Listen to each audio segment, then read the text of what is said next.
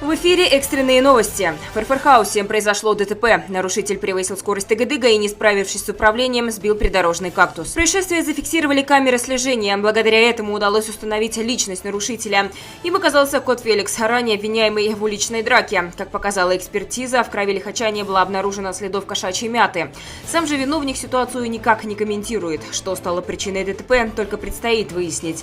Мы же будем следить за развитием событий. Наш корреспондент Элеонора Кошкина специально для Фарфор Ньюс.